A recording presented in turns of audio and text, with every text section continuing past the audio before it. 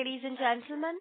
Good day and welcome to the Expleo Solutions Limited Q2 FY26 earnings conference call. As a reminder, all participant lines will be in the listen-only mode, and there will be an opportunity for you to ask questions after the presentation concludes. Should you need assistance during the conference call, please signal an operator by pressing star then 0 on your touchtone phone. Please note that this conference is being recorded. I now hand the conference over to Ms. Asha Gupta, EY LLP Investor Relations. Thank you, and over to you, ma'am. Thank you, Anushka. Good morning to all participants in the call. Welcome to the Q2 FY26 earnings call of Expleo Solutions Limited. The results and press release have already been mailed to you, and you can also view the same on the company's website. In case anyone does not have the copy of press release and presentation, please do write to us and we will be happy to share with you.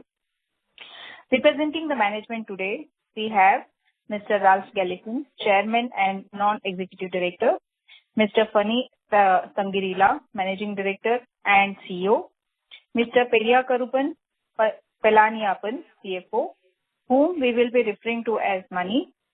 Phani will start the call with a brief overview of the quarter and half year gone by, which will be followed by Mani, who will be giving you the brief update on the financials. After that, we will open the floor for Q&A session. As usual, I would like to remind you that anything mentioned on this call which gives any outlook for the future or which can be construed as forward-looking statements must be viewed in conjunction with the risk and uncertainties that we face.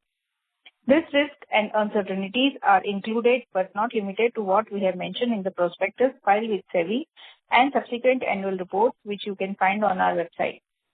Having said that, I will now hand over the floor to Mr. Phani. Over to you, sir. Yeah, thank you very much, Asha. A warm welcome to all the investors, and I thank you all for your continued trust in Expleo. As you would have seen the documents uploaded yesterday, we have seen a good quarter, and generally there is a positive outlook, which is the good news. We have registered 9% growth quarter on quarter and also year on year, with Digitech growing at 10% and our engineering services growing at around 7% growth. Similarly, on the profitability, we have moved from 12.8% EBITDA to 17.1%. Again, even here, the digital revenue profitability is higher than the engineering profitability. So primarily, it's a great quarter, and it is resonating well with the four-phase approach, which I have been repeating since the beginning of the year, that our strategy throughout the year has been on four major areas: growing existing accounts, focusing on selected geographies like US and Middle East, pushing our digital and AI services as differentiator, and working lean towards more operational benefits coming from reduced costs. So that is something which we have been consistently maintaining, and going one by one, the growth of existing accounts. The 20 top accounts have really contributed very well for us in achieving this growth.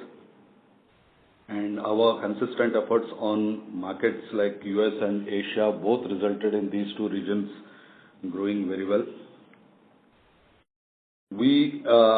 On the AI front, we have started to see the results. I have told you even in my previous earnings call that we have made significant investment throughout last year, done several POCs, and this year is the time for us to start reaping the benefit which has started. Now I can say that there is a revenue ticking in for the AI services, and more importantly, bulk of our renewals that are coming in are becoming possible because of the promising AI journey that we have taken in. The confidence in our customers have significantly gone up by seeing us being aligned to the changing technology dynamics in the market.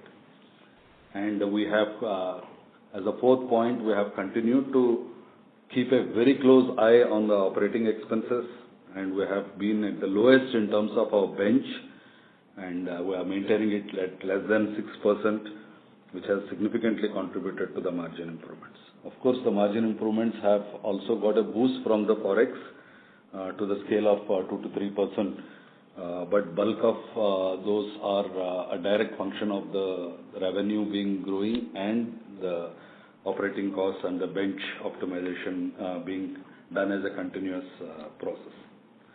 We are really excited now with this boost to get into the last quarter, which might remain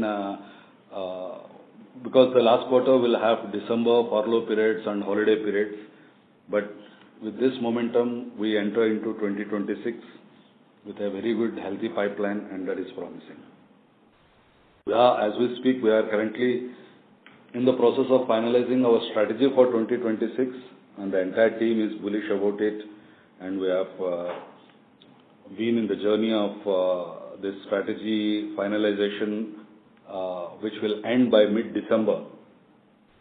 And I can definitely say that the industries like banking, insurance, retail with QSR and defense continue to be promising, and our investments will be to ensure that we ride the waves of these growing industries.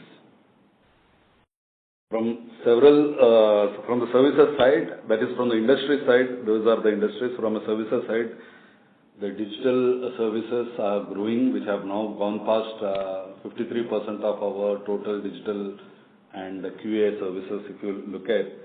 And our continued focus on AI and AI-infused services will be key for the success of our strategy in 2026.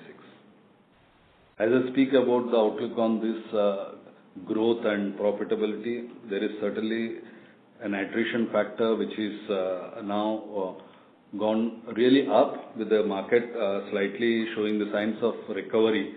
The attrition also has gone up, and hence we have put necessary measures in place to ensure that the larger team stays motivated, and we understand that this is something which we have to keep under control to ensure that seamless delivery is made to the customers. As I have been emphasizing, AI certainly becomes the focal point of our delivery, and as a part of this drive, we have started a major training, learning and development initiative with an ambitious project of getting 100% of our employees to be AI literate by end of next year. A comprehensive program in-house supported by external training programs has been put in place, which is mandated to all the employees, and the aim is at least a good chunk of our AI demands are fulfilled within the team without we have going to the market. So having said this, I can be very confident that this momentum will be preserved, this positiveness will be preserved, and as we go into 2026, we definitely would see a better growth and profit. I'll now pass it on to Mani on the financial update. Thanks, Mani, and warm welcome to all the investors and analysts on the call. I'll start my update with the highlights for the quarter ended September 25 in comparison to the previous quarter. Our operating revenue for the quarter ended September 25 is at rupees 2,827 million versus rupees 2,596 million in the previous quarter, and this is a growth of 8.9%, primarily due to an increase in volume in our banking and financial services vertical from the Middle East region, and also on account of benefit from forex due to the rupee depreciation primarily against euro. Our total income grew by 10.8% to rupees 2,954 million in this quarter, primarily due to the higher operating revenue that I talked about and higher other income from the forex gain. At constant currency, our operating revenue grew by 6% to rupees 2,752 million in this quarter versus the 2,596 million in the previous quarter. EBITDA for the quarter is at 17.1% versus 12.8% in the previous quarter. mainly due to operational efficiency improvements in addition to benefits of higher revenue growth. Profit after tax is at 14.6% versus the 9.3% in the previous quarter, primarily due to the operational efficiency improvement and mark-to-market forex gain of 69.2 million in this quarter compared to the 10 million of loss in the previous quarter. Now I'll talk about the financial highlights of this quarter compared to the same quarter last year. Our operating revenue for quarter ended September 25 is at rupees 2,827 million versus rupees 2,593 million in the same quarter last year. And this is a growth of 9%, primarily due to higher on-site revenue growth from Middle East and US regions in the PFS and enterprise vertical, and benefit from forex due to the rupee depreciation primarily against euro.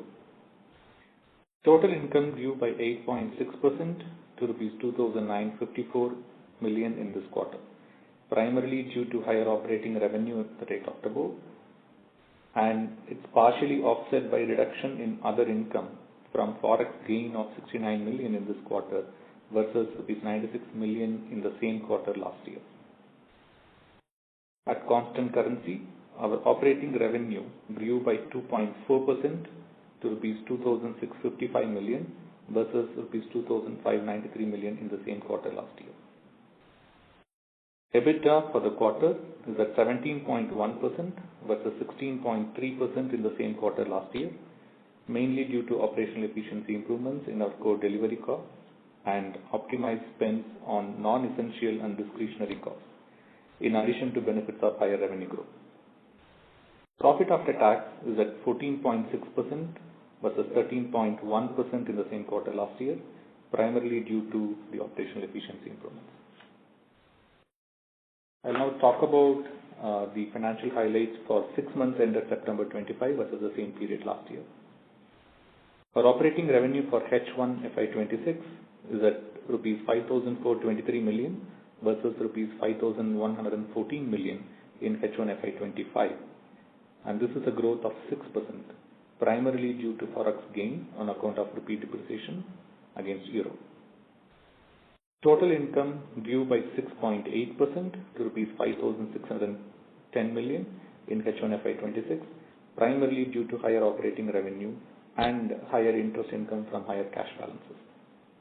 At constant currency, however, our operating revenue had a degrowth of 0.3% in this period.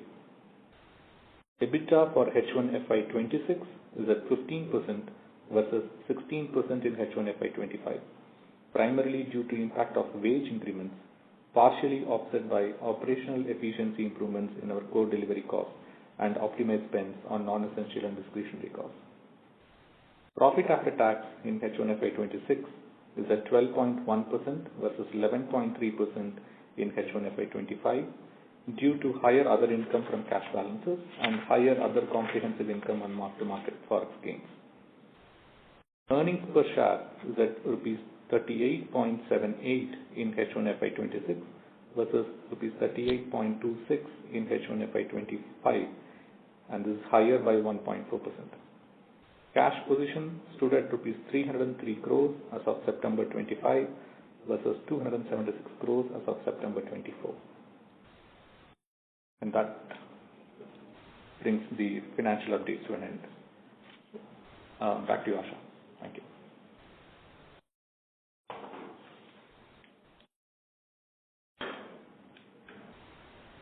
Sir, we'll start with the Q&A. Yep. Okay, sir. Thank you very much. We will now begin the question and answer session. Anyone who wishes to ask a question may press star and 1 on their touchtone telephone. If you wish to remove yourself from the question queue, you may press star and 2.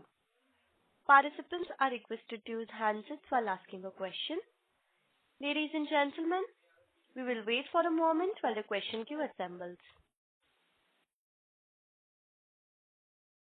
We take the first question from the line of Jalaj from Swan Investments. Please proceed. Yeah, thanks for the opportunity. Hope I'm audible. Hello. Hello. Yeah. Yeah, I hope I'm audible. Yes. Yeah, you are audible. Yes. You are audible. Yeah. Congrats on a decent set of numbers or a good set of numbers. I just wanted to check one thing. Firstly, you mentioned the constant currency numbers. What would they be for this? Sorry, can you repeat? What would they be for? What would be the constant currency growth sequentially for 2Q F26? You alluded to a number in between, and is that, yeah. Yeah. So I talked about it in my remarks. At constant currency for this quarter, compared to the previous quarter, we have grown by 6%. 6%. Okay. Okay. Thanks for that. And sir, I just wanted to have some flavor on the growth. If you could talk about from a perspective of verticals and how should we see the demand scenario from here? Any improvements in the demand scenario because the headcount has increased after a long time, and then the top line, the headcount is stable right rather, and the growth has come after a long period of time. So could you give some flavor to that? Yeah. So we continue to see a bullish behavior from industries like the financial services, insurance, and defense. So those three are continuing to be promising. And as we enter in 2026, we have a healthy pipeline primarily coming from these three areas. And we continue to stay invested in our efforts to convert these opportunities into material business. So that is a given. And as I said, our benchmark of growth is purely on revenue and profitability at this point of time, because the kind of the technology transformation that we see, I mean, if I can achieve the same amount of revenue or much more revenue with the same number of headcount, that is what I would aspire for. So headcount not growing is definitely not an area of concern anymore on that. And we are significantly seeing a change in our the place where the delivery revenue is coming from, and our on-site revenues have significantly increased in Middle East. So that it definitely is promising. And within those three verticals, industries that I have mentioned.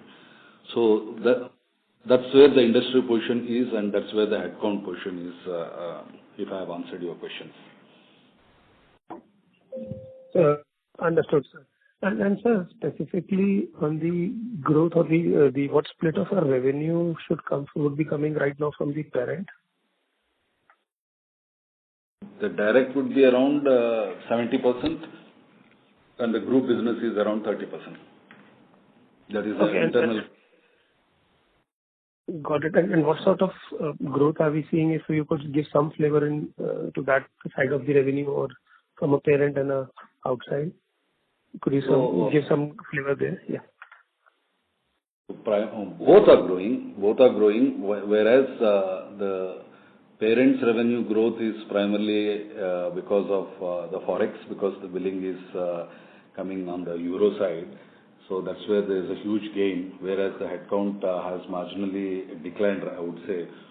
But from our direct business, it has been very healthy. Understood. I'll get back in the Q&A. Thank you. Thank you.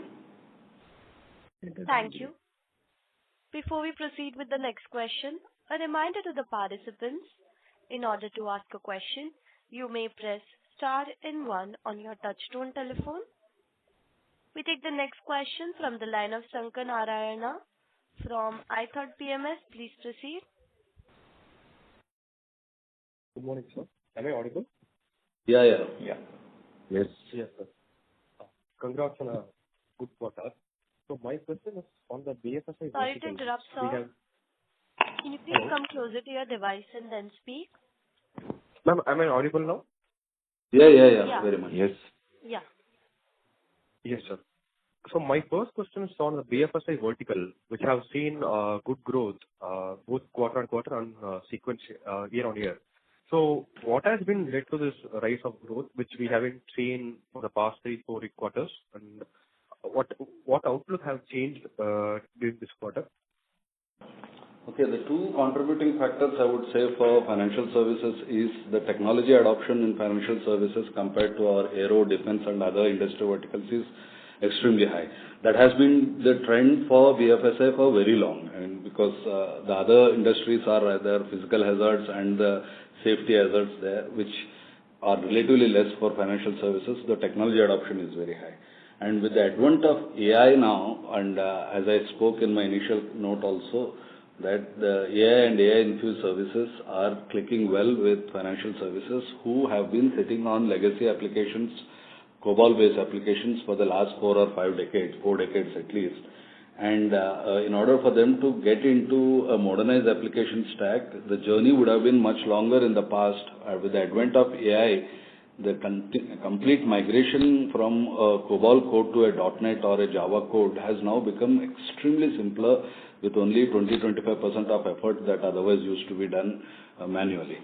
So if I have to divide that into the BFSI growth into two, one is a constant legacy modernization work is coming with the infusion of AI. And the second one is on the data and data analytics part of it is growing. And that is also a function of AI advent. With AI coming in, the underlying data is the paramount. And people are now scrambling all over the place to build data marts and data lakes and ensure that data governance is put into place, and then going into a data analytic journey. And these are the two major areas. With these two growing, what is a natural fallout for at least Expleo is the assurance part of it. The quality assurance of the new applications and the new things also is something which is our bread and butter for the last 3 decades plus, right? So as a fallout, while we are getting services on this to ensure that the business continuity due to quality of application is maintained, our QA business also has seen an uptick. So hope that answers your questions. Yeah, got it, sir. And secondly, on the aerospace and the auto vertical, we have seen a degrowth, and you have highlighted that the auto vertical will not be growing this quarter. So what is the outlook and trend in this aerospace and auto vertical? Maybe I will also ask Ralph to jump in here, but I will separate these two out. Aerospace, while it is shown a degrowth, that is an industry which is still a promising industry for us, and we will continue to stay invested on that. This quarter is probably a slightly difficult quarter, but we see a promising note on that front, primarily coming from our group business. Auto, regardless of our direct business, are coming from a group that is going down, and as a strategy for 2026, we have decided that our strategic investments will not be on auto anymore. But aero definitely is showing a uptick. Ralph, you want to add anything? Yes, I can probably add a few words and give a little bit of flavor even from a group perspective. I think we all know that in the aeros segment, both in commercial aircraft and in military aircraft, we see much longer investment cycles. Same for auto than we see it in BFSI, and this in combination with some more uncertainties from a macroeconomic perspective. We even then see a slowdown in decision making, some decision points moving to the right due to the mentioned uncertainties that probably most of the economies are facing. On our aero, I think especially even on the military aircrafts, on the investments in this segment, even in combination with the defense, it's clearly a growth segment for us at a group level, and even for ESL. But definitely the challenges in auto will continue. I think you are aware on the especially challenges of the European car makers, not only the competition from China, the tariffs from the US, a change in strategy away from pure electrification, more again into hybrid and combustion engines. All this is creating even more pressure on this segment, and therefore we do not see really a recovery there, short and mid-term on the auto side, but we clearly see it on the aero and defense segment. Understood. And so from a more qualitative perspective, is it like all our Expleo's onshore delivery centers have reached peak capacity, and any incremental growth would be offshore to our Indian entity? Can it be a right sentence, Ralph? I think we see that due to the overall cost pressure, there are only the minimum activities that must be considered and delivered on site will be delivered on site. All the rest will be in a global or even in a delivery model, including then the delivery centers we have. And we have them on the engineering side, Morocco, Romania, and India. And it's a straight way forward to India for all the other business segments. And this trend will definitely continue and accelerate due to A, the cost pressure that we see, and B, even the capacity that is needed to make the necessary investments in all the industries. So yes, we clearly see an acceleration there. Got it. And finally, on capital allocation, we have a good cash balance in our balance sheet. And what is our plans going forward? Are we planning for, do we have any pipeline for acquiring companies, or we might proceed with the dividend payout which we have done last year? Okay, maybe I'll take this question on this. On M&A front, as I updated last time, we have been evaluating several assets and finally narrowed down to 2 assets where we have just be commencing the due diligence.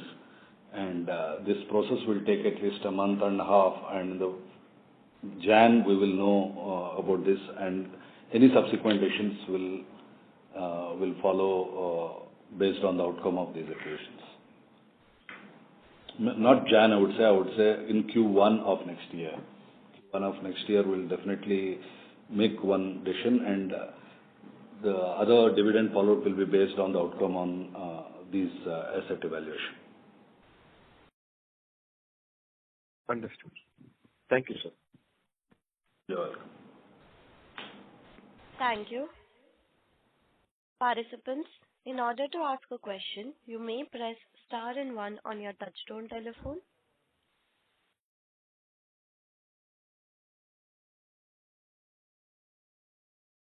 We take the next question from the line of Jalaj from Swan Investments. Please proceed. Yeah, thanks for the opportunity again. Just harping a little more on the what drove the growth specifically in BFSI. So I do understand that there is an implementation of AI which is happening around, but our initial thoughts was that the testing business should be much more impacted because of the AI, because there would be a lot of use cases to test or to automate a lot of business there. So how are things panning out there, and what explains, if you could break down the BFSI growth into maybe a traditional testing business or a newer business, something like that? Yeah, sure. So I did mention that primarily propelled with legacy modernization and data are the ones which the banking and financial services with insurance they are looking at. So you are right when you say the quality assurance may see a decline is the thought, but in reality, let me put it this way: the word quality assurance remains constant. But what constitutes the quality assurance those days and now has totally changed. So you are right when it comes to the QA. The need for QA has been more than ever now, because you are generating today things from GenAI capabilities purely from a black box, and then the need for that, which is not coded by an individual, has to be thoroughly verified against quality than before. So that has been understood, because there is significant cost gains that have come from saving development time. But at the same time, we don't know what the output is, so the quality assurance efforts have to be improved. So that the banks have realized, and then the QA has come back into the forefront. But at the same time, QA, the way it is done 5 years back, primarily 70% of the QA done manual way and 30% in an automated way, has totally changed. Today, the quality assurance definition probably still remains the same, that the application that has been developed by the developers or the GenAI has to meet the business purpose. That objective remains the same, but how has totally changed.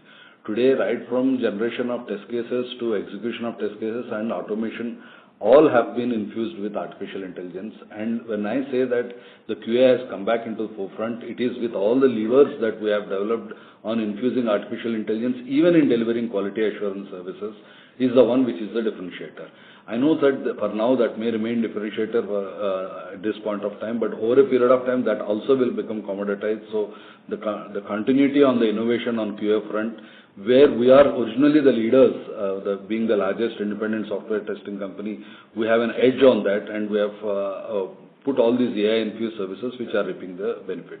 And financial services, as I said earlier, is one of the first industry to embrace any new developing technology, and that's how we are seeing those growth elements in that sector.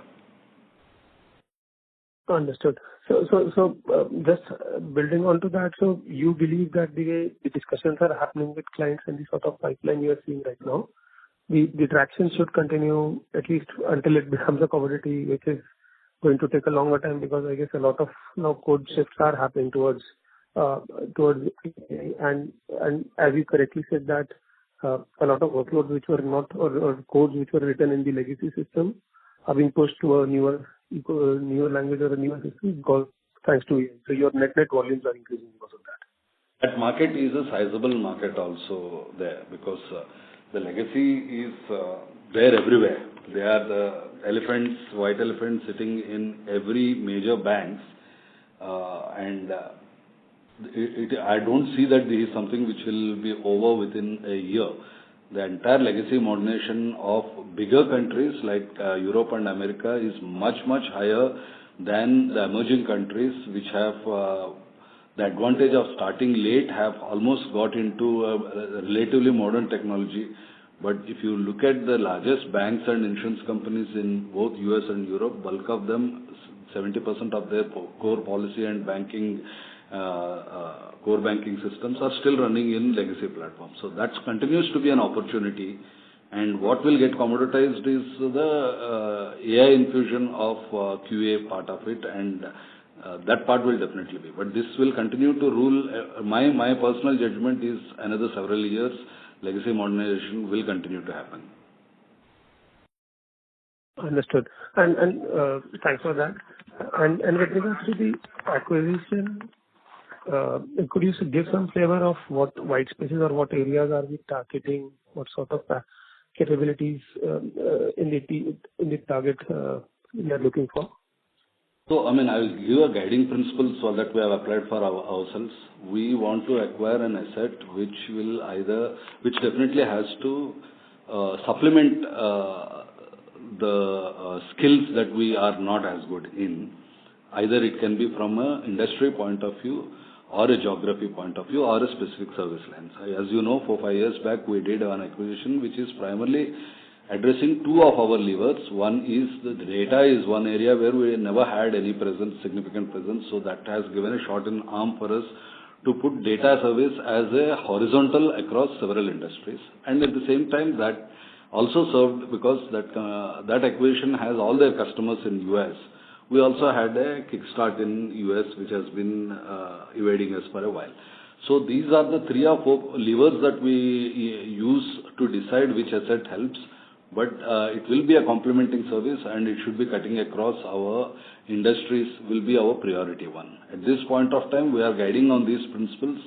But as we get into a specific asset, if there is a deviation based on the virtue of the value that it brings to us, we may change, but our underlying guidelines or the levers that we want to use will remain pretty much on these things.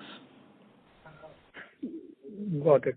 And sir, you partially alluded to it. So if I were to check the revenue growth and the headcount growth, they are not moving hand to hand. So should we, for our understanding of the industry or how things are now, there is a disconnect between the both of them right now? Should we understand this way, or how is the thing? Is there a non-linearity which has started to play out in at least our line of business or work? Absolutely, and I will be very happy if this continues, because the value that we get out of each resource has to only grow up. Otherwise, the threat of remaining augmentation company is not in the vision of this company.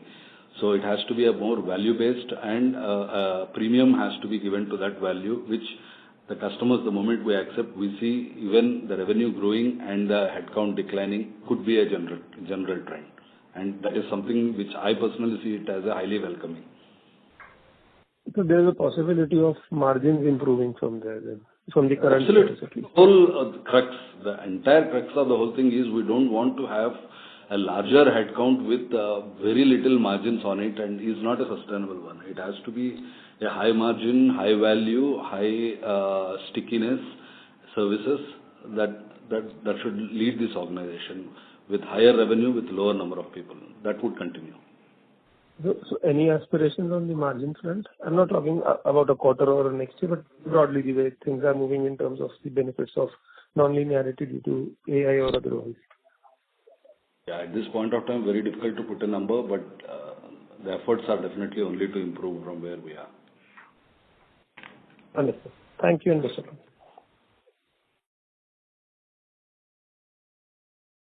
Thank you.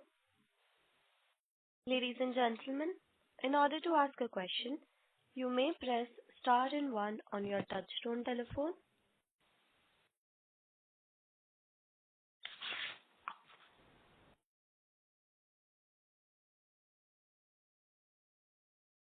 We take the next question from the line of Shankar Narayan from iThought PMS. Please proceed. Thank you for the follow-up. So my question is on our revenue guidance for the next 1 or 2 years. So during our AGM, we mentioned that we expect a high single-digit growth in this financial year, and noticing the positive uptrends across sectors and across the regions. Do you want to revise or upgrade your guidance, revenue guidance for the current fiscal year and the next financial year? No, current fiscal year is one more quarter left with a high furlough periods. So two more quarters left, and the next quarter is going to be a high furlough period. So that will stay at where we have stated during the AGM. Yeah. Next financial year, absolutely yes. I mean, we'll stick to what we said by targeting healthy double-digit growth.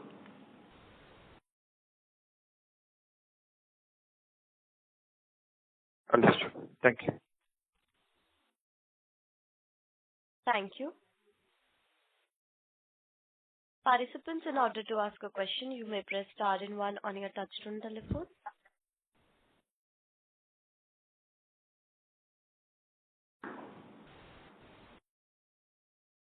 As there are no further questions from the participants, I would now like to hand the conference over to the management for closing comments. Over to you, sir. Thank you, everyone, for actively participating in this investors call, and hope your questions got answered, and we will respect your trust and thank your trust, and will continue to deliver some good work in the quarters to come. Thank you very much. Thank you, everyone.